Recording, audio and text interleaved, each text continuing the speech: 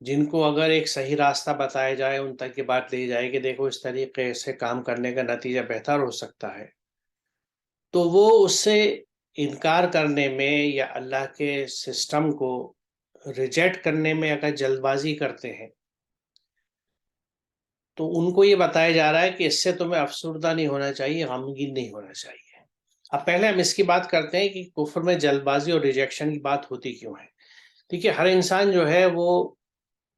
اپنے سوچ اور عقائد پہ ہمیں جمع ہوا ملتا ہے، اور اچھی اس کی وجہ یہ ہوتی ہے کہ بچپن سے جو اس کی تربیت ہوتی ہے، بلکہ ماں کے پیٹ سے جو تربیت ہوتی ہے جس ماحول میں، یعنی مائکرو کلائمیٹ جو اس کے ماں کے پیٹ میں ہے، اور اس سے لے کے اس سے بڑا کلائمیٹ یا ماحول جو اسے گھر کے اندر ملتا ہے، اس میں اس کی ذہن سازی جس انداز سے ہوتی ہے، اس پہ اس کے ذہن پختہ ہو جاتا ہے۔ اور وہ 99% کیا ہوتی ہے کہ جو چیز میرے گھر میں خاندان میں ہو رہی ہے، میرے بڑے کر رہے ہیں، مجھے اس چیز کو اسی طرح کرنا ہے۔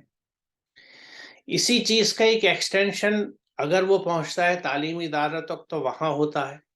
کہ بھئی جو چلن ہے، جو چیز چل رہی ہے اسی طرح چلانی ہے۔ اب ایسے میں اگر اس کے سامنے ایک دوسرا الٹرنیٹیو آتا ہے، تو اس کا پہلا ریئیکشن ریجیکشن کا ہوتا ہے، یعنی امیڈیٹلی وہ انکار کرتا ہے اس بات کے لیے کہ نہیں نہیں بھائی، کیا ہے یہ، کیا کہہ رہے ہو، نہیں، وی آر کمفرٹیبل، ہم ٹھیک، ہم جیسا چل رہے ہیں۔ اور اس میں خاص طور سے اگر جن لوگوں میں صبر و تحمل نہ ہو، تو وہ ریئیکشن خاص طور سے فوری ہوتا ہے۔ اس کی ایک بڑی وجہ تو یہ ہوتی ہے کہ کوئی بھی اپنے کمفرٹ زون کو نہیں چھوڑنا چاہتا۔ جہاں میں سکون سے ہوں، جس کو ہم سائنس میں انرشیا بھی کہتے ہیں، کہ جو چیز اپنے آرام کی حالت میں ہے، اس حالت کو چھوڑتی نہیں، ریزسٹ کرتی ہے۔ یہ ایک سائنس کا بھی اصول ہے کہ there is always a resistance to change. کوئی بھی چیز اپنی حالت کو بدلنے میں ایک ریزسٹینس شو کرتی ہے، یہ انسان کی فطرت میں پایا جاتا ہے۔ دوسری بات یہ کہ ان کو پہلی چیز جو لگتی ہے، کیونکہ ہمارے ایک بڑا تصور یہ ہے کہ ہمارے جو بڑے ہیں، اکابرین ہیں، جو طور طریقے ہیں، اگر ہم اس سے ہٹیں گے تو یہ ان کی بے عزتی ہوگی، اور ہم چھوٹے ہیں تو ہم پہ یہ لازم ہے کہ ہم اپنے بڑوں کی عزت بچا کے رکھیں، ان کی عزت بچائیں۔ تو یہ چیز جو ہے یہ امیڈیٹلی ریجیکشن کی وجہ بنتی ہے کہ آپ جیسے کسی کو کسی بات کے لیے کہتے ہیں جو اس کے کمفرٹ زون سے اسے ہٹاتی ہے، یعنی جو چیزیں اس کے چل رہی ہیں وہ اس سے ہٹنے کو تیار نہیں ہوتا، اور اسے یہ لگتا ہے کہ اگر میں ایسا کروں گا تو ایک طرح سے میں تو اپنے، یعنی سبھی بڑوں کے نام و ناموس پہ زد پہنچاؤں گا، کیونکہ میں یہاں سے ہٹ رہا ہوں۔ یہ ہر اس شخص کو ایکسپیرینس ہوگا جو اللہ کے پیغام کو لے کے ان لوگوں تک جاتا ہے جن تک وہ نہیں گئے، وہ چاہے وہ لوگ ہوں جو اپنے آپ کو اہل ایمان کہتے ہیں، چاہے وہ لوگ ہوں جن تک ایمان نہیں پہنچا۔ ان دونوں کیٹیگریز میں بات ان تک پہنچائی جا سکتی ہے یا پہنچ جاتی ہے جن کے ہاں کسی بھی نئی بات کو سننے کی اوپننس ہوتی ہے، گنجائش ہوتی ہے، اور وہ کسی بھی چیز کو سنتے ہیں اور پھر اس کا تجزیہ کرتے ہیں کہ یہ بات جو کہہ رہا ہے کیا واقعی صحیح ہے، اور کس چیز سے میں اسے چیک کر سکتا ہوں، میں کہاں جا سکتا ہوں۔ یہ بات میں اس طرح عرض کروں آپ سے کہ جن لوگوں نے اپنا دین آج کے زمانے میں یا مذہب صرف ان چیزوں کو بنا رکھا ہے جن کو ہمارے ہاں عبادت کے طور پہ رائج کیا جاتا ہے، یعنی جن کی زندگی صوم، صلات، حج، زکوٰۃ میں اسی کے گرد گھومتی ہے، ان سے کسی اللہ کے دوسرے حکم کے بعد عبادت کے طور پہ کیجئے تو فوراً ایکسیپٹیبلٹی نہیں ملے گی۔ میرا اپنا ذاتی تجربہ ہے، حتیٰ کہ ان کو آپ قرآن سامنے کھول کے رکھیے، انہیں بتائیے، تو بھی وہ جھجکیں گے کہ نہیں بھائی یہ چیز صوم صلات کے برابر نہیں ہو سکتی۔ تو یہ جو چینج ہے، ریزسٹینس ہے، تو اس میں ہمیں رنجیدہ نہیں ہونا ہے، کیونکہ اس میں ایک رنجیدگی کی بڑی وجہ یہ ہوتی ہے کہ ہمیں یہ لگتا ہے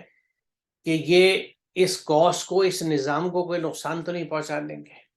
اس لیے ہم اکثر ہی کہتے ہیں کہ بھئی یہ دین کو نقصان دہ ہے، دین کے لیے نقصان دہ ہے، دین کو نقصان پہنچا دیں گے۔ یہ اللہ کا دین اور اللہ کی کائنات جو ہے، یہ جتنی مستحکم بنیادوں پر ہے، اس کو کوئی ہلا نہیں سکتا۔ اس بات کو ہمیں بالکل ذہن میں رکھنا چاہیے، کیونکہ یہاں جیسا آپ نے بالکل درست کہا کہ جہاں اللہ کو نقصان پہنچانے کی بات ہے تو ظاہر ہے وہ کوئی ذات تو نہیں ہے اس کا، وہ کوئی پیکر نہیں ہے جسے ہم نقصان پہنچائیں گے۔ مقصد یہ ہے اس میں یقیناً کہ وہ اللہ کے نظام کو، اس کے سسٹم کو، اس کوئی نقصان نہیں پہنچا پائیں گے۔ وہ اس لیے نہیں پہنچا پائیں گے کہ وہ کسی کی ہستی ہی نہیں ہے۔ مثال کے طور پہ اگر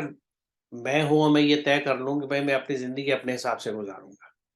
میں اللہ کے احکامات کے حساب سے نہیں چلوں گا، تو اس میں نہ تو اللہ کے احکامات کو، نہ اس کی کائنات کو، نہ اس کے نظام کو کوئی نقصان نہیں پہنچا سکتا۔ نقصان پہنچتا ہے تو مجھے پہنچتا ہے، کیونکہ میرے کام ویسے ہوتے ہیں جن کے نتائج مجھے اچھے نہیں مل سکتے، وہ برے ہوتے ہیں اور مجھے کو متاثر کرتے ہیں۔ تو در حقیقت کوئی بھی جب یہ سوچ کے اٹھتا ہے کہ میں اس نظام کو نقصان پہنچا دوں گا، وہ الٹیمیٹلی اپنے آپ کو ہی نقصان پہنچاتا ہے، کیونکہ نظام کو نقصان نہیں پہنچا سکتا۔ کیوں نہیں پہنچا سکتا؟ کیونکہ یہ نظام اتنا مستحکم ہے۔ مستحکم کس وجہ سے ہے؟ مستحکم اس وجہ سے ہے کہ اس کائنات میں، بلکہ کائنات بھی چھوڑ دیجیے، صرف اگر ہم زمین کی بات کریں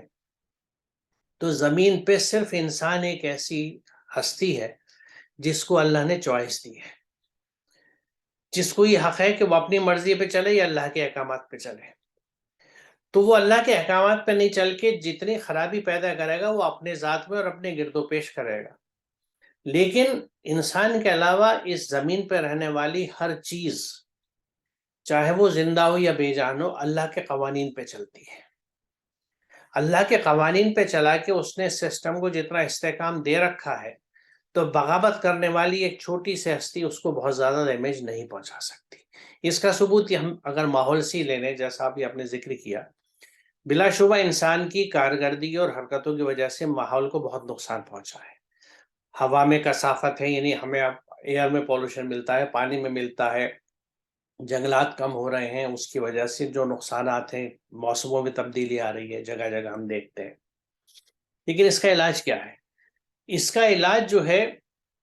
صرف یہ ہے کہ انسان اپنی خراب حرکتوں کو روک دے، یعنی stop the damage. Healing nature میں خود ہو جاتی ہے۔ جہاں جہاں انسان کا انٹرونشن رکا ہے وہاں نیچر کی ہیلنگ ہمیں خود ملتی ہے، اور یہ یعنی کیسز ہیں،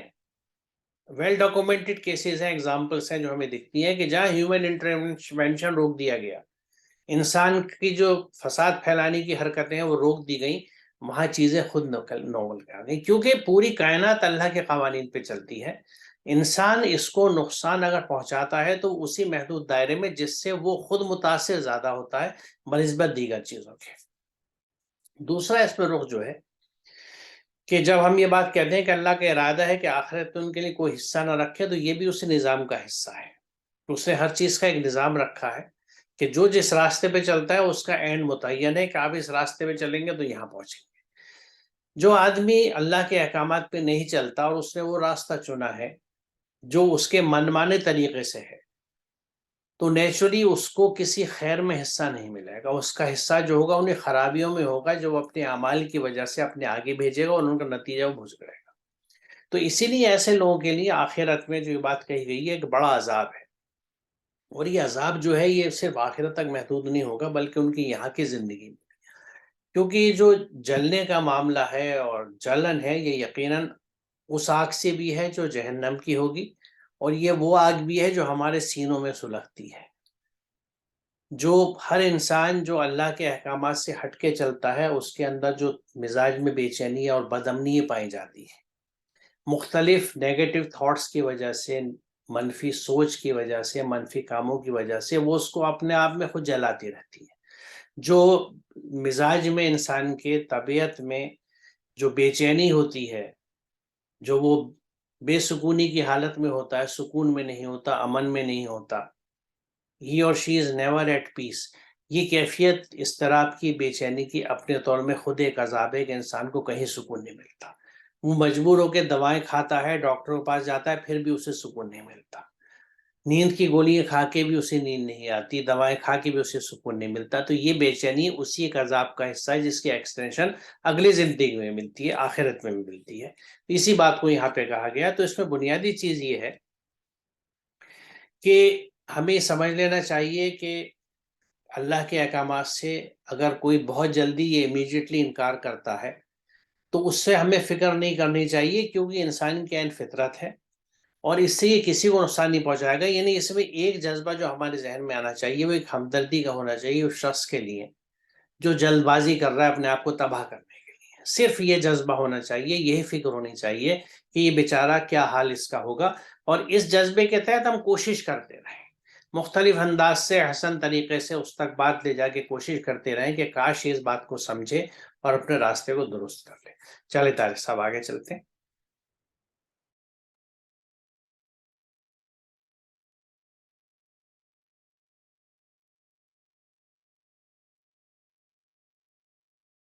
ان الذين اشتروا الكفر بالایمان لن يضروا الله شيئا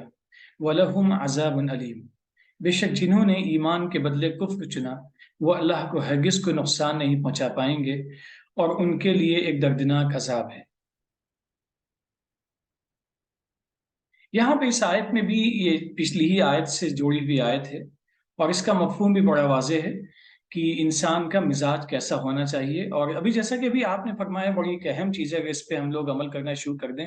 کہ ہمارے اندر ہمدردی کا جذبہ اگر پیدا ہو جائے، بالکل ویسے ہی جیسے کوئی سڑک پہ جان بوجھ کر بھی گرنے کی کوشش کر رہا ہے، کسی جگہ پہ جان بوجھ کے بھی جانے کی کوشش کر رہا ہے جہاں اس کو نقصان پہنچ سکتا ہے، جیسے وہاں پہ ہمیں ہمدردی آتی ہے، تو ویسے زندگی کے ہر شعبے میں غلطیوں پہ اڑنے والوں کے ساتھ میں بجائے نفرت کے اگر ہمدردی کا ہم سلوک کرتے ہیں، ان کا تو فائدہ ہوگا ہی، ساتھ میں ہمارا اپنا بھی فائدہ ہوگا کہ ہم بھی بڑے اطمینان اور سکون کے ساتھ میں رہیں گے اور ہم لوگوں کے نفع کے لیے بن جائیں گے، نہ کہ ان کے لیے مضرت اور تکلیف کا سبب بنیں گے. یہاں اس آیت میں یہ ہے کہ جو اللہ تعالیٰ نے انسان کو اختیار دیا ہے، اب وہ اچھائیوں کو چنتا ہے یا برائیوں کو چنتا ہے. اب اچھائیوں کو چننے والے کا نتیجہ کیا ہوگا؟ یقینی طور پہ بہتر ہوگا. اور جو شخص برائیوں کو اختیار کرتا ہے، ممکن ہے کہ بہت ہی مختصر وقت کے لیے اس کو کوئی بینیفٹ مل جائے، ممکن ہے کہ اس کو تھوڑا سا کچھ فائدہ مل جائے، لیکن ذہن میں رکھنا چاہیے کہ اپنے اس فائدے کی وجہ سے اس کو ہی اڈین نقصان پہنچے گا، لیکن اللہ کا جو بنایا ہوا نظام ہے اس کے اندر کوئی بھی خلل نہیں ڈال سکتا ہے. اس میں ڈاکٹر صاحب جیسا کہ آپ نے فرمایا بڑی اہم بات کہی کہ جو آٹو ہیلنگ کا نظام ہے اس سے ہمیں عبرت لینی چاہیے کہ اگر ہم غلط طریقے سے دخل اندازی چیزوں میں نہیں کرتے ہیں تو خود بخود چیزیں اپنے طور پہ صحیح ہوتی چلی جاتی ہیں. تو گویا ہمارے اندر نقصان پہنچانے کی صلاحیت جو بھی ہے وہ ایک دائرے میں ہے.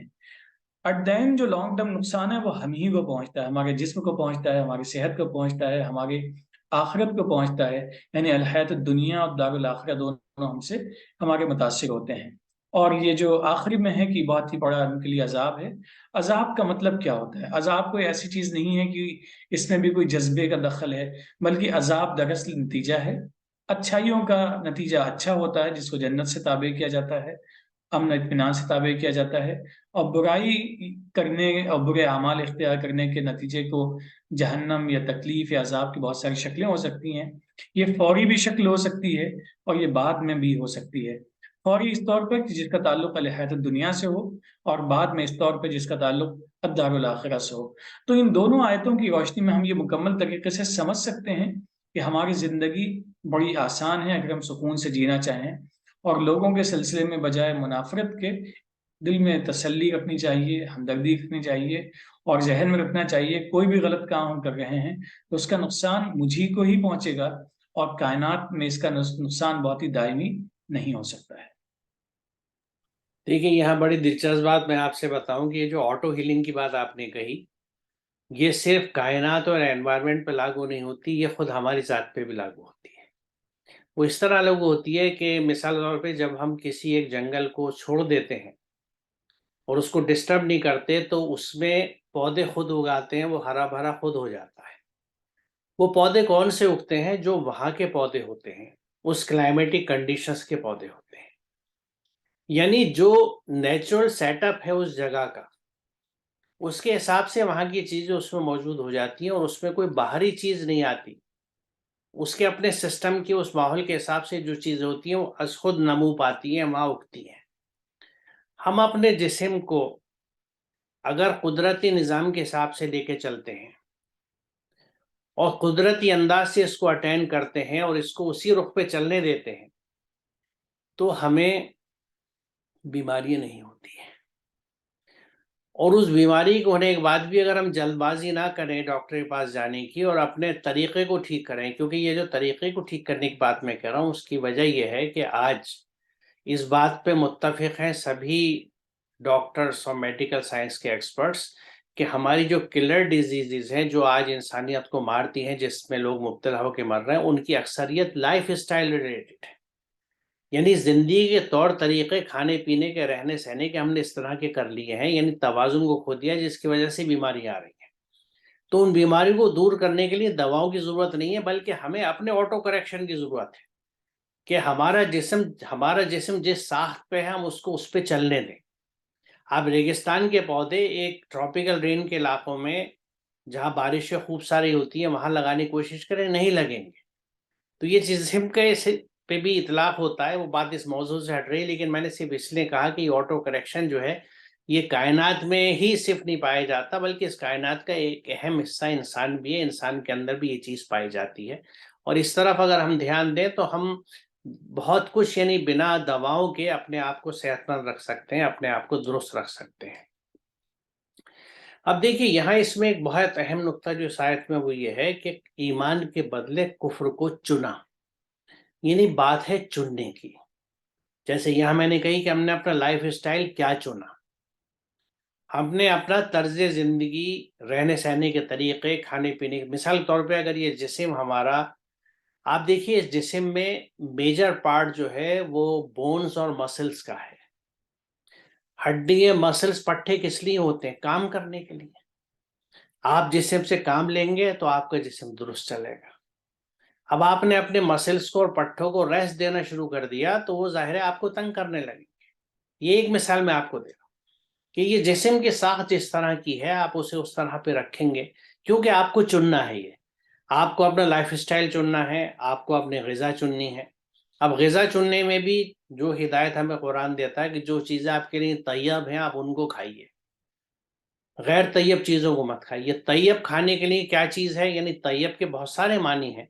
لیکن غذا و تغذیہ سے متعلق جو ریلیونٹ میننگ ہے طیب کے، وہ ہے some thing which is wholesome and nutritious, وہ چیز جو جسم کے لیے نفع بخش ہو اور غذائیت ہو اس میں۔ ان میں سے جو چیز آپ کو پسند ہو لے کھائیے، جس میں آپ کی رغبت ہو۔ تو جس چیز میں نیوٹریشس نہیں ہے، جس میں نیوٹریشن نہیں ہے، غذائیت نہیں ہے، ایسی چیزوں کو آپ جسم کے لیے استعمال کریں گے تو اس کا نقصان آپ کو آئے گا ہی آئے گا۔ تو یہاں بھی میٹر آف چوائس ہے، چننے کی بات ہے، کیونکہ آپ کو چننے کا حکم دے دیا۔ ایک ہرے پلانٹ کو جس میں فوٹو سنتھیسس ہوتی ہے اس کو یہ چننے کا حکم بالکل نہیں ہے کہ جب سورج کی روشنی موجود ہے، کاربن ڈائی آکسائڈ ہے اور پانی ہے تو تم گلوکوز مت بنانا، یا گلوکوز کی جگہ امینو ایسڈز بنا دینا۔ وہ اس کے ہاتھ میں نہیں ہے، اس کی مشینری بہت کمپلیکس ہے، لیکن وہ فوٹو سنتھیسس سے گلوکوز ہی بناتا ہے، کیونکہ اس کا نظم ہے، یہ اللہ کا حکم، اور وہی ایک طریقہ ہے، ایک لا ہے جو اس کے موجود ہے، جو سسٹم اس کا پریویلنٹ ہے۔ تو اب جن لوگوں نے ایمان کے جگہ پہ کفر چن لیا، یعنی اللہ کے احکامات، اللہ کی گائیڈنس کو چھوڑ کے وہ اپنی طور سے زندگی گزارنا چاہتے ہیں، تو اس سے وہ اللہ کے اس نظام کو کوئی نقصان نہیں پہنچا پائیں گے، اور نقصان انہیں خود اپنا۔ انی ظلم تو نفسی فاغفر لی یا الہی، جو ہم دعا کرتے ہیں نا کہ میں نے ہی اپنے نفس پہ ظلم کر ڈالا۔ اب وہ ظلم ہم اپنے جسم پہ بھی کرتے ہیں، اپنی ذات پہ بھی کرتے ہیں، یعنی اپنے نفس پہ بھی کرتے ہیں، اور وہ ہماری ہی حرکتوں کی وجہ سے ہوتا ہے۔ اور جب ہم کوئی غلط کام کرتے ہیں اللہ کے حکم سے ہٹ کے، اور اس کا غلط نتیجہ شروع ہوتا ہے، تو وہی عذاب کا حصہ ہے، چاہے وہ چھوٹا ہو یا بڑا ہو۔ اگر ہم اپنے کھانے پینے میں ڈسپلن کو چھوڑ دیتے ہیں اور اپنی رغبت سے جو جسم کے لیے مفید چیز ہے، جس میں توازن ہو، جس میں نیوٹریشن ہو، اس کو نہیں کھاتے اور الگ غلط چیزیں، اللہ غلم چیزیں بھرنے لگتے ہیں، تو جو سینے کی جلن اور برننگ سینسیشن شروع ہوتی ہے، یہ ایک منی عذاب ہے جس سے شروعات ہے، میں اس طرح کہہ سکتا ہوں۔ اور یہاں سے لے کے آگے تک کے زندگی کی بے چینی ہے، بد امنی ہے، جو الٹیمیٹلی آگ کے عذاب پہ ختم ہوں گی، یہ سب اسی عذاب کا حصہ ہے۔ تو اصل چیز یہ ہے واٹ ڈو وی چوز، ہم چنتے کیا ہیں؟ اس آیت کا سب سے جو ٹیک ہوم پوائنٹ ہے وہ چننا ہے، ہم چنیں کیا۔ اب اگر ہم اللہ کے احکامات کو چننا چاہتے ہیں تو اب پھر سوال یہ کھڑا ہوتا ہے کہ کیا ہم اللہ کے احکامات کو جانتے ہیں؟ کیا ہمیں معلوم ہے قرآن میں کیا لکھا ہوا ہے؟ کیا ہم نے قرآن کو اتنا سمجھ کے پڑھا ہے کہ ہمیں یہ معلوم ہو کہ مجھے پہننا کیا ہے، مجھے کھانا کیا ہے، مجھے چلنا کس طرح سے ہے، میری زندگی کے سارے کام کس طرح سے ہوں گے، اگر ہم نے نہیں کیا تو اس کا مطلب ہے ہمارا یہ آپشن تو بند ہے، ہم نے اللہ کے احکامات پہ چلنے والا آپشن کھولا ہی نہیں، ہم نے اللہ کے احکامات کا ایک چھوٹا سا حصہ اپنے اوپر لیا۔ میں بار بار اس بات کو اس لیے کہہ رہا ہوں کیونکہ آج کے زمانے کا سب سے بڑا چیلنج یہ ہے، کیا صرف اللہ کے چند احکامات پہ چلنے والا مسلم ہے، یا مسلم وہ ہے جس کو قرآن ڈیفائن کرتا ہے کہ جس نے اپنی پوری ہستی کو اللہ کے حضور میں جھکا دیا، پورا سپرد کر دیا اللہ کے احکامات کے تحت، وہ مسلم ہے۔ تو یہ ہمیں چننا بھی ہے، سمجھنا بھی ہے کہ اللہ کے مکمل احکامات کی اتباع، اللہ کے پورے احکامات پہ چلنا، ان کی پیروی کرنا، ان کو فالو کرنا ہی ہمیں مسلمان بناتا ہے، اور اسی سے ہمیں وہ امن، سکون اور فوائد اور فائدے اور بینیفٹس نصیب ہوں گے جس کا قرآن اور یہ نظام وعدہ کرتا ہے۔ اگر ہم کچھ حصوں پہ چلیں گے تو اس کے لیے بھی قرآن کی آیتیں جو صاف کہتی ہیں کہ اگر تم کتاب کے ایک حصے پر عمل کرتے ہو، دوسرے پہ نہیں کرتے اور اس سے کفر کرتے ہو، تو تم میں سے جو ایسا کرے ان کی سزا اس کے سوا کیا ہے کہ دنیا میں ذلیل و خوار ہو کے رہیں اور آخرت میں شدید ترین عذاب کی طرف لوٹا دی جائے۔ تو یہاں بھی چننے کی بات ہے کہ ایمان کے مقابلے میں جنہوں نے کفر چنا، اللہ کے احکامات کو چھوڑ کے جنہوں نے، یا اللہ کے احکامات کو پیچھے ڈال دیا، ڈھک دیا انہیں، اور ان کی جگہ اپنی خواہشات یا اپنے بڑوں کی باتیں، یا جو نسل دسل چیزیں چلی آ رہی ہیں جو ہماری اکثریت کا ہے کہ ہمارے بڑے تو ایسے ہی کرتے تھے، ہمارے یہاں طور طریقے یہی ہیں، ہمارے یہاں تو رسم و رواج یہی ہے، ہمارے یہ چیز ایسی ہوتی تھی، کہ چاروں طرف جو ہم باتیں سنتے ہیں اس کا دین سے بیشتر جگہ پہ تعلق نہیں ہے، الا یہ کہ وہ قرآن سے آئی ہیں، اور ایسی چیزیں بہت کم ہیں۔ تو ایسے معاملوں میں جو لوگ اس طرح سے زندگی گزار رہے ہیں ان کے لیے ایک دردناک عذاب ہے، چھوٹے سے عذاب سے جو یہاں سے شروع ہو کے بڑے جہنم کے عذاب تک۔ تو ہمیں بہت we should be very careful in choosing our lifestyles, ہمیں بہت دھیان سے چننا ہوگا اپنا طریقہ زندگی، چھوٹی چیز سے لے کے بڑی چیز تک۔ اور اگر ہم قرآن کی حقانیت پہ یقین رکھتے ہیں اور اس پر ایمان رکھتے ہیں تو ہمارے لیے قرآن ہی کا راستہ اصل راستہ ہے، اور اس پہ چلنے کے لیے ہمیں قرآن کا سمجھنا بہت ضروری ہے۔ میرے خیال میں طارق صاحب یہاں رکتے ہیں آج ہم، جی مناسب۔ اور انشاءاللہ اگلے سیشن میں سے آگے چلیں گے۔ السلام علیکم۔ وعلیکم السلام۔